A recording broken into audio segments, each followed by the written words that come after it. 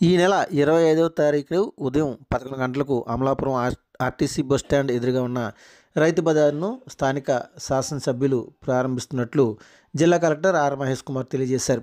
గురువారం స్థానిక రైతు బజార్ను ఆయన సందర్శించి సౌకర్యాల కల్పన, షాపుల ఏర్పాటుకు పునఃప్రారంభానికి సన్నద్ధత అంశాలను రికార్డుల ఆధారంగా పరిశీలించి అధికారులతో ఆయన చర్చించారు.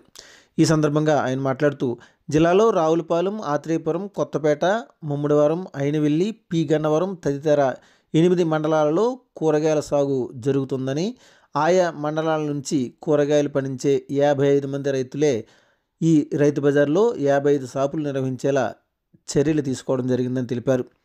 అదేవిధంగా 15 షాపులు చేపలు, 3 షాపులు చికెన్, మటన్, మాంసాహారం విక్రయాల కొరకు కేటాయించడం జరిగిందని తెలియజేశారు.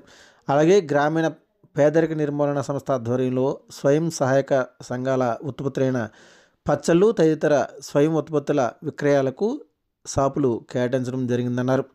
అద్దె చెల్లింపు ప్రాతిపదికన 2 కిరాణా దుకాణాలను కూడా రైతు బజార్ నందు ఏర్పాటు చేయడం జరుగుతుందన్నారు.